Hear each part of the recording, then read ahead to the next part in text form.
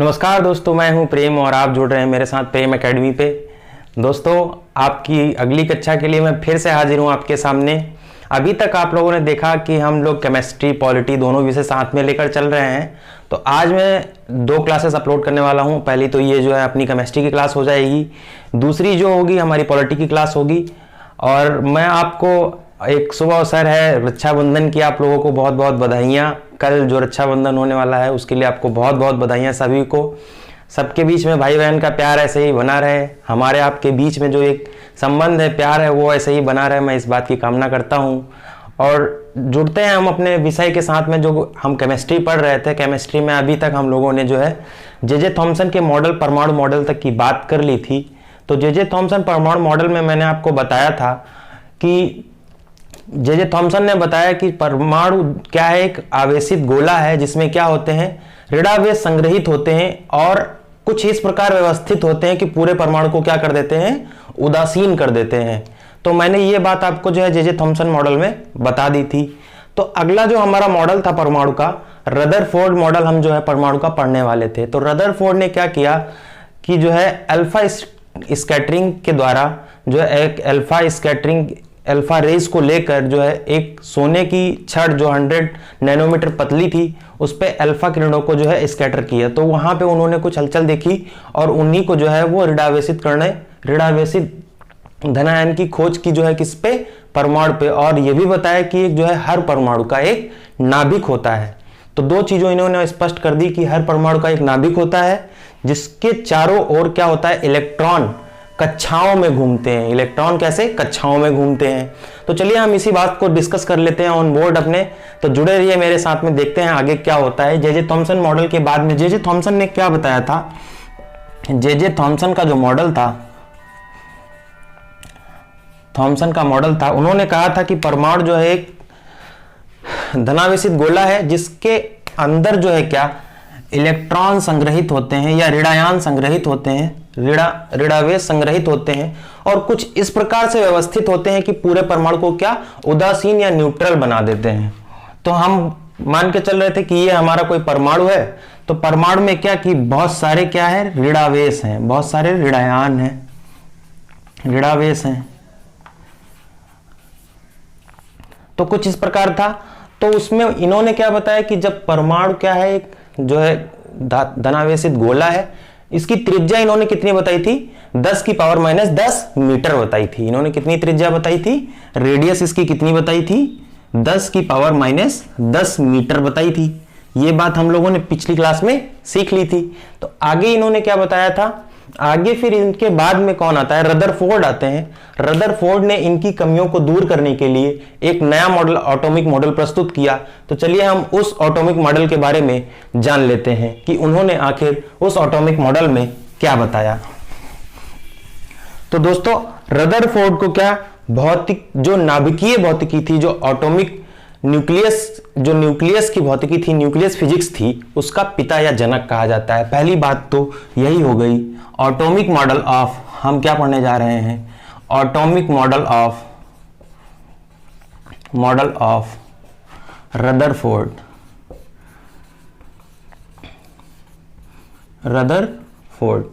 तो ये हम टॉपिक है हमारा आज का, एटॉमिक मॉडल ऑफ रदरफोर्ड। तो इसके बारे में हम जानेंगे। तो पहली बात क्या कि पहली बात तो हम जान लेते हैं रदरफोर्ड कौन थे।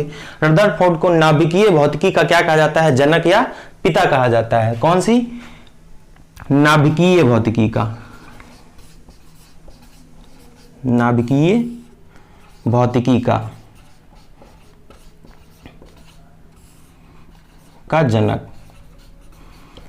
तो पहली बात तो हम लोगों ने यही जान ली कि इनको क्या कहा जाता है, नाभिकीय भौतिकी का जनक कहा जाता है। देखिए मैं 3-4 बार इसलिए आपको रिवाइज करा देता हूं एक ही बात को, जैसे कि वो आपको याद हो जाए, यार रिमाइंड रहे। जब भी कोई ऐसा क्वेश्चन आता है कि नाभिकीय भौतिकी जनक किसे कहा जाता है, तो आपको तुरंत जो है वो क्लिक करे कि हाँ, नाभिकीय भौतिकी का जनक जो है वो रदरफोर्ड को कहा जाता है। तो चलिए अगली बात इन्होंने क्या बताई अपने परमाणु मॉडल में। अगली बात इन्होंने क्या बताई, उन्होंने कहा कि हर एक परमाणु का क्या होता है, एक नाभिक होता है। हर एक परमाणु का क्या होता है, मान लीजिए कोई परमाणु है और इसका क्या, एक नाभिक होता है, एक नाभिक होता है, न्यूक्लियस होता है,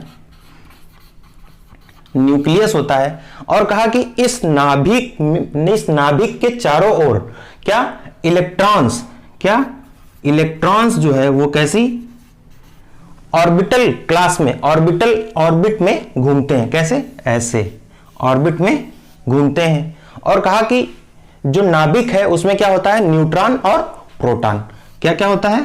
न्यूट्रॉन प्लस प्रोटॉन, ये दो कण होते हैं। तो ये बात उन्होंने बताई। और तीसरी बात क्या बताई? कहा कि जो नाभिक होता है इसमें कुल परमाणु का द्रव्यमान और कुल धन आवेश क्या होता है? संग्रहित होता है। क्या होता है? केंद्रित होता है। कहा कुल परमाणु का द्रव्यमान और धनावेश क्या होता है? इस नाभिक पर केंद्रित होता है। ये तीन बातों ने इन्होंने तो पहले बताई। तो ये तीन बातें हमने जानी कि क्या, कि हर एक परमाणु का एक नाभिक होता है, ये इन्होंने बात बताई। और कहा कि नाभिक के चारों ओर जो है इलेक्ट्रॉन कक्षा में घूमते हैं। दूसरी बात इन्होंने क्या बताई?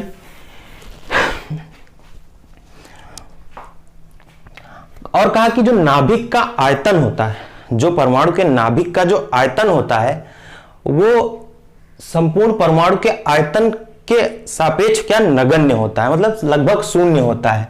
तो इन्होंने जो है क्या, नाभिक का आयतन और जो है नाभिक के न्यूक्लियस का आयतन, केंद्र का आयतन भी बताया। तो नाभिक के न्यूक्लियस का आयतन कितना बताया इन्होंने? न्यूक्लियस का आयतन कितना बताया? 10⁻⁻15 मीटर। और हमने नाभिक की परमाणु की त्रिज्या क्या पढ़ी थी? परमाणु की त्रिज्या थी 10⁻10 मीटर, और परमाणु के नाभिक की त्रिज्या रदरफोर्ड ने कितनी बता दी? 10⁻15 मीटर। देखिए दोस्तों, ये बात बहुत ध्यान रखिएगा, ये परमाणु के नाभिक की जो है त्रिज्या है, और वो जो 10⁻10 मीटर मैंने बताई वो किसकी त्रिज्या थी? वो परमाणु की त्रिज्या थी। वो किसकी थी? वो परमाणु की त्रिज्या थी। तो अब हम लोगों ने यहां पे न्यूक्लियस की त्रिज्या भी जान ली। ठीक है, तो ये बात भी इन्होंने बता दी कि जो है कि जो परमाणु का जो आयतन होता है वो उसके नाभिक, जो नाभिक का आयतन होता है वो परमाणु के आयतन के सापेक्ष क्या होता है? नगण्य होता है, लगभग मतलब शून्य होता है। तो ये बात भी इन्होंने बता दी। दूसरी बात क्या बताई इन्होंने कौन सा एक्सपेरिमेंट किया? तो मैंने आपको शुरुआत में ही बताया, इन्होंने अल्फा स्कैटरिंग एक्सपेरिमेंट किया था। उसमें इन्होंने क्या किया? एक क्या है 100 नैनोमीटर की गोल्ड की क्या ले ली? एक पतली परत, और क्या इस गोल्ड की परत पे उन्होंने क्या किया? अल्फा किरणों को स्कैटर कर दिया, अल्फा रेज। तो ये दो चीजें और महत्वपूर्ण हो गई, ये बात भी आप जान लीजिए। तो ये बात भी हम लोगों ने जान ली। तो आगे क्या, ये बात इनकी यहां पे खत्म हो गई। देखिए, हमको फिजिक्स में यहां केमिस्ट्री में पीएचडी नहीं करनी है, हमको सिर्फ उतनी बातों के बारे में जानना है जितनी बातें हमारे एग्जाम के पर्सपेक्टिव से बहुत ज्यादा इंपॉर्टेंट होती हैं। तो चलिए हम आगे अब जान लेते हैं। नील बोर का एक मॉडल आया था, नील बोर का परमाणु मॉडल आया था। उस नील बोर के परमाणु मॉडल में उन्होंने क्या बताया, इस बारे में हम जान लेते हैं। नील बोर का परमाणु मॉडल आया, उस बारे में हम जान लेते हैं। किसका? Niels Bohr.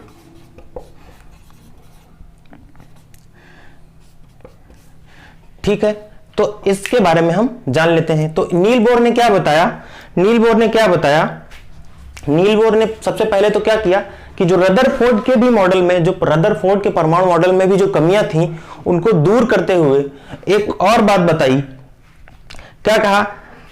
इन्होंने कहा कि जो परमाणु दिया था, उन्होंने कहा था, जो रदरफोर्ड का जो मॉडल था, उन्होंने कहा था कि परमाणु जो है चारों तरफ घूमते हैं, वो इलेक्ट्रॉन जो है वो परमाणु के चारों तरफ घूमते हैं। लेकिन नील बोर ने क्या कहा कि परमाणु के चारों तरफ जो है इलेक्ट्रॉन घूमते हैं वो किसी ऑर्बिट में घूमते हैं या कक्षा में घूमते हैं। तो देखिए, दो गोले बना रहा हूं मैं, ये आपका क्या है? परमाणु है, ये आपका परमाणु है। इधर मैं बात करूंगा नील बोर की और इधर बात करूंगा आपकी रदरफोर्ड की। तो रदरफोर्ड ने क्या कहा कि जो आपका जो परमाणु है, उसके चारों तरफ क्या इलेक्ट्रॉन घूमते हैं, लेकिन ये नहीं बताया कि वो कक्षा में घूमते हैं। लेकिन नील बोर ने क्या बताया, मान लीजिए ये आपका परमाणु है और इसके चारों तरफ क्या इलेक्ट्रॉन तो घूमते हैं, लेकिन वो किसी ऑर्बिट में घूमते हैं, किसी कक्षा में घूमते हैं, किसी कक्षा में घूमते हैं। तो ये दोनों में डिफरेंस था। इन्होंने बताया कि इलेक्ट्रॉन तो घूमते हैं चारों तरफ, लेकिन ये नहीं बताया कि कक्षा में घूमते हैं। नील बोर ने क्या स्पष्ट कर दिया कि इलेक्ट्रॉन घूमते तो है, लेकिन वो एक कक्षा में होते हैं, वो एक कक्षा में होते हैं। तो ये दोनों बातें हमारी स्पष्ट हो गई यहां से कि इन्होंने आखिर क्या सुधार किया इनके मॉडल में।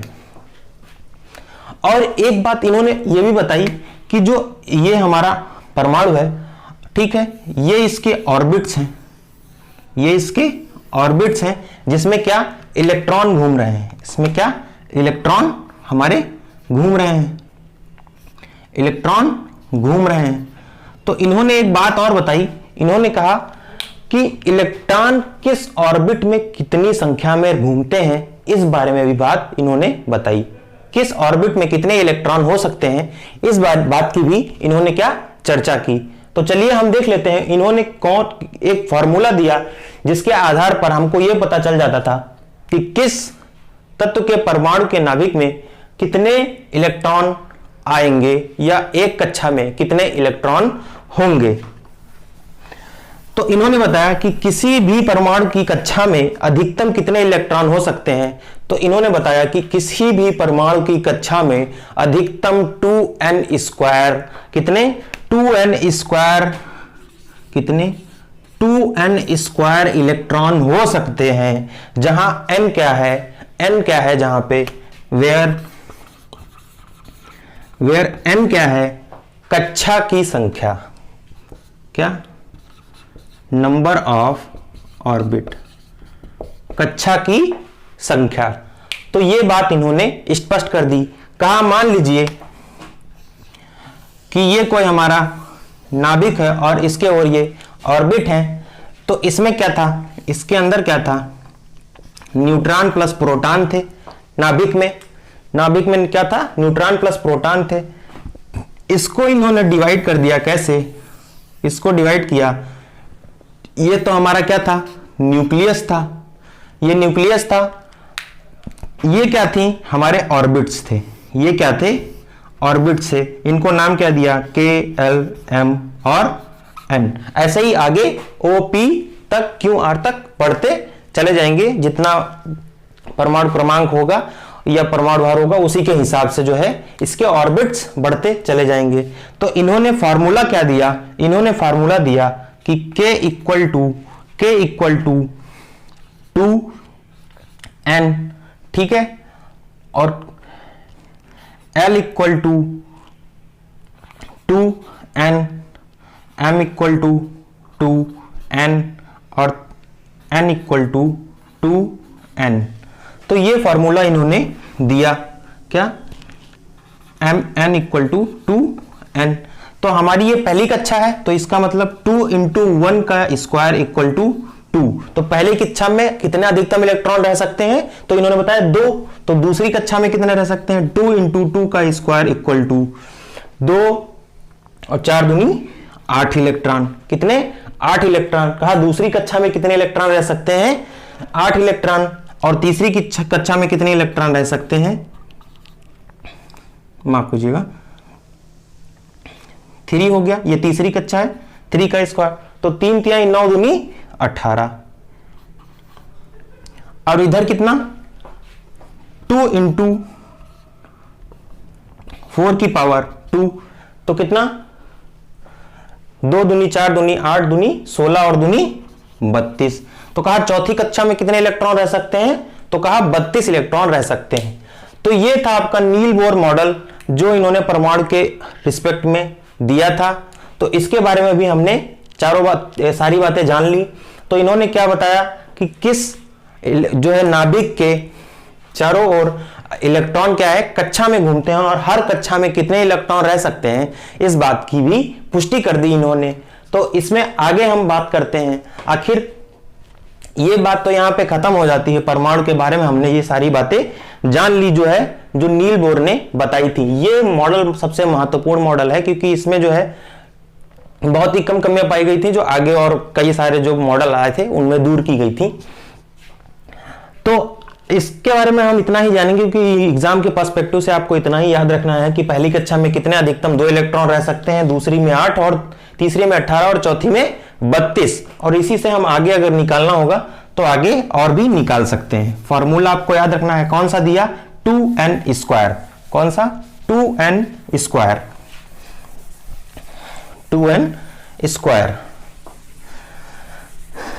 तो जब हम परमाणु के बारे में जान ही रहे हैं तो चलिए एक और छोटी सी बात जान लेते हैं कि आखिर एटॉमिक नंबर क्या होता है। क्या होता है एटॉमिक नंबर,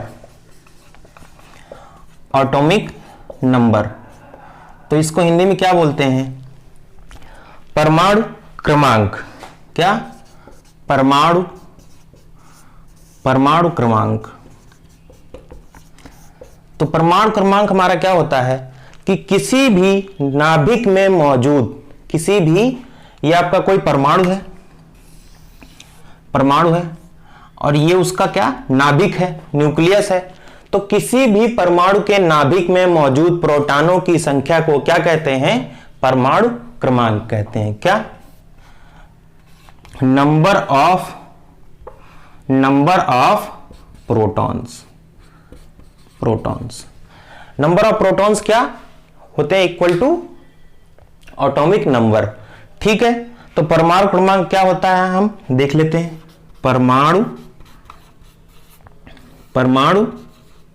क्रमांक, तो परमाणु क्रमांक क्या होता है, number of protons plus number of nucleus, number of protons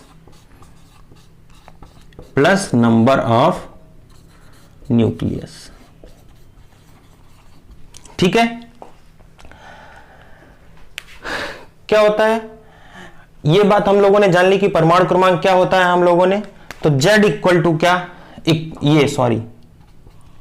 Z equal to क्या, Z जो है, Z की क्या है, परमाणु क्रमांक। Z इक्वल टू क्या होता है, N इक्वल टू P, ये ध्यान रखिएगा आप। क्या, Z equal to N equal to P, ये बातें आपको याद रखनी होगी, एग्जाम के पर्सपेक्टिव से बहुत ज्यादा इंपॉर्टेंट होने वाली हैं आपकी, तो इन बातों को भी आप याद रखेंगे। चलिए हम जान लेते हैं, अब परमाणु क्रमांक की बात हो गई है तो परमाणु भार के बारे में भी जान लेते हैं कि आखिर परमाणु भार क्या होता है। परमाणु भार क्या होता है, परमाणु भार, एटॉमिक मास, परमाणु भार या एटॉमिक मास कहते हैं इसको, एटॉमिक मास। तो परमाणु भार के भी बारे में जान लेते हैं। एक नाभिक में मौजूद प्रोटॉन और न्यूट्रॉन की कुल संख्या के योग को द्रव्यमान संख्या के रूप में जाना जाता है। सॉरी, एटॉमिक भार। ठीक है, तो क्या, किसी भी नाभिक में मौजूद न्यूट्रॉन और प्रोटॉन की कुल संख्या के योग को क्या कहा जाता है, एटॉमिक भार या जो है मास नंबर कहा जाता है। ठीक है, तो ये बात भी हम लोगों ने जानी। तो इसका फॉर्मूला क्या ड्राइव कर सकते हैं, पहली बात तो क्या, ये नाभिक में न्यूट्रॉन होंगे और ये प्रोटॉन होंगे और ये इलेक्ट्रॉन होंगे। ठीक है, तो मास नंबर क्या होता है, तो मास नंबर इक्वल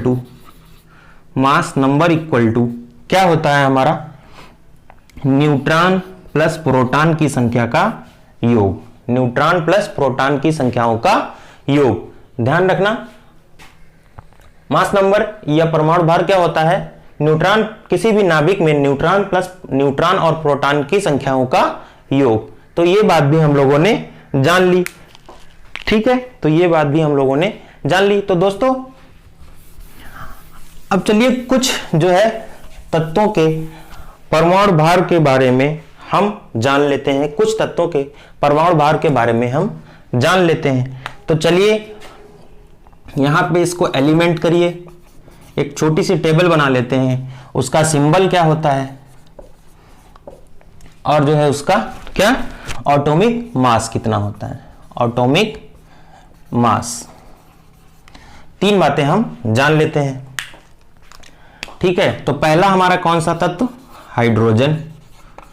हाइड्रोजन, इसका सिंबल क्या होता है, H। इसका एटॉमिक मास कितना होता है 1 म्यू। म्यू जो है एक इकाई है जो है एटॉमिक मास नापने के लिए, तो कितना 1 म्यू। दूसरा क्या होता है हमारा कार्बन। कार्बन इसको डिनोट किससे करते हैं C से, और इसका कितना होता है एटॉमिक मास 12 म्यू। कितना 12 म्यू। ठीक है, अगला क्या जान लेते हैं नाइट्रोजन। नाइट्रोजन नाइट्रोजन को किससे डिनोट करते हैं N से। इसका कितना होता है 14। इसका कितना होता है 14 म्यू। अगली बात क्या जान लेते हैं ऑक्सीजन के भी बारे में हम जान लेते हैं। ऑक्सीजन, तो अगला कौन सा ऑक्सीजन। ऑक्सीजन इसको किससे डिनोट करते हैं O से। O से इसका कितना होता है 16। इसका कितना होता है 16। तो ये बात भी हम लोगों ने जान ली। अगला कौन सा जान लेते हैं हम, अगला कौन सा जान लेते हैं सोडियम। सोडियम सोडियम सोडियम इसको किससे डिनोट करते हैं N A से। N A से इसका कितना होता है 23। इसका कितना होता है 23। ठीक है, अच्छा परमाणु संख्या कितनी होती है ऑक्सीजन की, कमेंट करके आप मुझे बता दीजिएगा। ये जितने भी तत्व मैंने बताए हैं इनकी परमाणु संख्या आप जो है लिख के एक बार रिवाइज कर लीजिएगा, तो आपको याद भी हो जाएगी और आप कमेंट करके बता भी दीजिएगा। तो इसके बारे में भी हम लोगों ने जान लिया। कुछ और तत्व जो आपको याद करने हैं, आप उनके भी परमाणु नंबर, परमाणु संख्या और एटॉमिक मास लिख सकते हैं। एटॉमिक मास लिख सकते हैं। तो दोस्तों आज की कक्षा में बस हम इतना ही पढ़ेंगे। अगली कक्षा में मिलते हैं फिर आपसे बहुत जल्दी। तब तक के लिए आप हमारे साथ बने रहिए, और अगर आपको वीडियो जरा भी पसंद आया हो तो वीडियो को लाइक कर दीजिए, और अगर कोई सजेशंस हैं तो कमेंट भी कर दीजिएगा, और हमारे चैनल को सब्सक्राइब कर लीजिए जिससे कि आप हमारे आगे आने वाली अपडेट से जुड़े रहें। बहुत बहुत शुक्रिया आप लोगों का हमको इतना प्यार देने के लिए, हमारे साथ जुड़ने के लिए। मिलते हैं अगली वीडियो में, तब तक के लिए बने रहिए प्रेम एकेडमी पे। धन्यवाद।